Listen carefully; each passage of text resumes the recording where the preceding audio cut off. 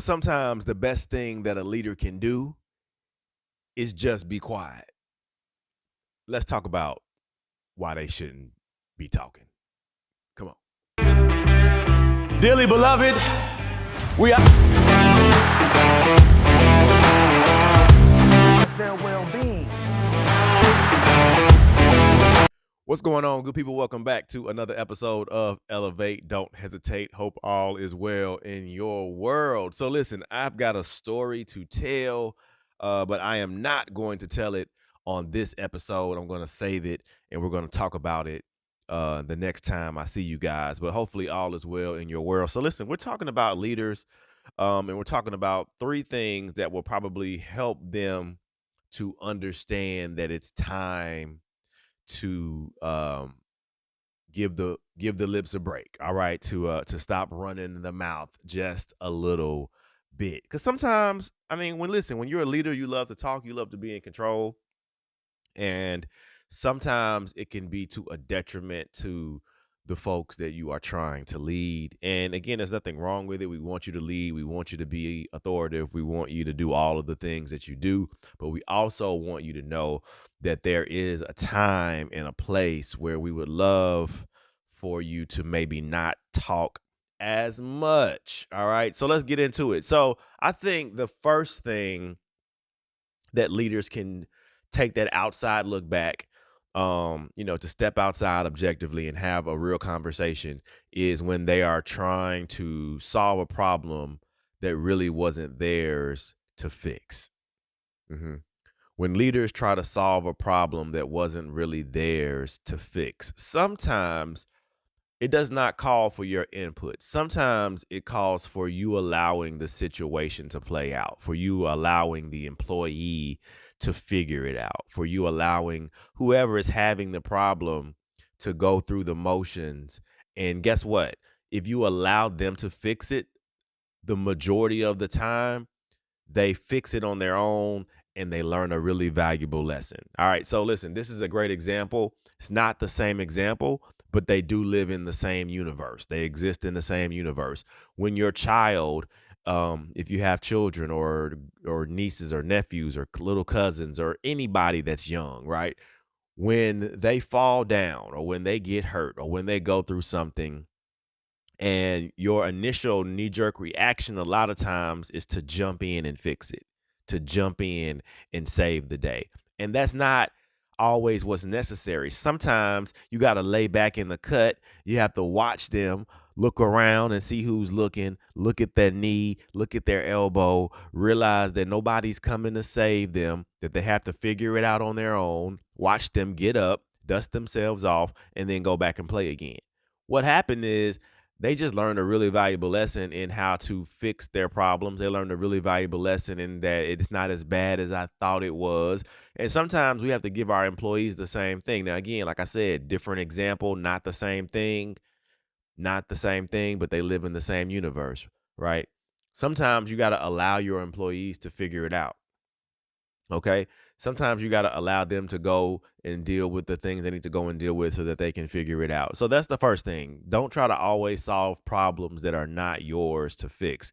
Um, the second thing that I think will help leaders as they try to navigate what it kind of means to zip it, to be quiet, is when someone comes to you. So like, listen, if you're in a position where an employee comes to you and they're coming to you with something real, something that's dealing with emotions, something that's dealing with feelings, and they pour their hearts out to you in a way that's like, man, this person really trusts me, and then you like hit them with like something motivational, or you try to like inspire them, I would say read the room, okay?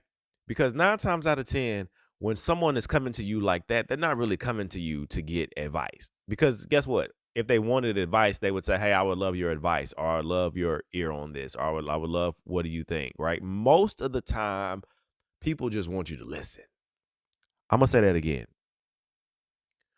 Most of the time, if people come to you with something emotional or heavy or something that they're really leaning into it, and they don't say to you, hey, I would love your advice, they just start talking and they're really pouring themselves and their hearts out, 9 times out of 10, they just want you to listen.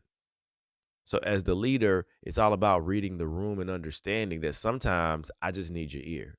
I just need you to lean on in, and just listen to what I'm saying. Okay. So because I'm giving you something not to necessarily make me feel better, but I just need you to listen. And I think sometimes leaders just get caught in this superhero complex that they have to try to fix everything. And that's not really what it's about. Sometimes I just need you to listen to what I'm saying and be okay with that. All right. The third thing, and this is something that's very common. Okay. Sometimes leaders feel like they have to be the loudest voice in every single room. You don't have to be the loudest voice in every room. Like, we get it. Sometimes you're going to have to go in and you're going to have to handle business. You're going to have to do things because, again, that's what leadership is about. But sometimes it shouldn't be every single room that you enter that your voice is the loudest. And I'm going to ask you this, because what happens when it's time for us to, warm up our voices, me, right? When we want to warm up and get out there and show the skill sets that we've obtained and all the things that we're doing, but we never have an opportunity because your voice is always the loudest. Let me put it to you like this. Wherever you work, you're probably not the only person working there as the leader. Okay. So what that means is that this is not a solo act. All right. You're not a jazz band of one. There are many other instruments in this space where we work. There are many other folks with talents and skills. And a matter of fact, we're a jazz improv band. We're acid and funk and we're staccato and we're on the beat and we're off the beat. We're all of these things together. But if you never allow my voice to be heard, or this person's voice to be heard, or that person's voice to be heard, because your voice is always the loudest, that is a recipe for disaster. So that means that sometimes as a leader, it's okay to step back and let somebody else play the main role. It's okay to let somebody else have the solo in this one. All right. Because it's important for all of our voices to be heard. It's important for everybody to feel like they're adding value to this space. And I love leaders who just sit in the back sometimes, who just sit in the back and they just listen, or they're just eating their turkey sandwich, or they're just in the back hanging out, but they're paying attention and they're watching and they're giving people the opportunity to shine and show their light. And those are the things that allow folks to want to continue to stay and build culture and grow together. So listen, I'll say this as I close. Sometimes as the leader, you have to learn to just be quiet. You got to learn to just hush. Okay? As the elders in the church would say, sometimes you got to hush. And they wouldn't say hush, they would probably say hirsch, right? Sometimes you just got to be quiet, And it's not a negative thing to be quiet. It's not a negative thing to allow other folks' voices to be heard. It's not a negative thing to not try to solve every single problem. It's okay.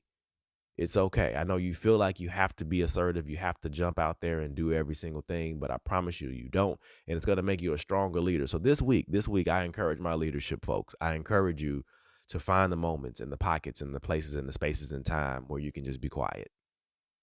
And it's going to feel weird to you. And it's probably going to feel weird to your team because they're going to feel like, what's wrong? What's wrong? What is he doing? What is she doing? Is she judging? Is something happening? No, and guess what? As a skill that you build over time, what happens is folks start to understand like, oh, I don't have to play double dutch, right? Like I can actually jump in here and say something. And that's important for us to be able to do it as we move together as a unit. So sometimes as a leader, it's going to be all right if you just be quiet, because silence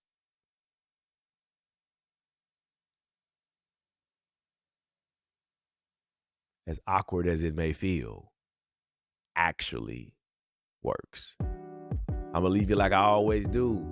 Until next time, see y'all soon. Peace.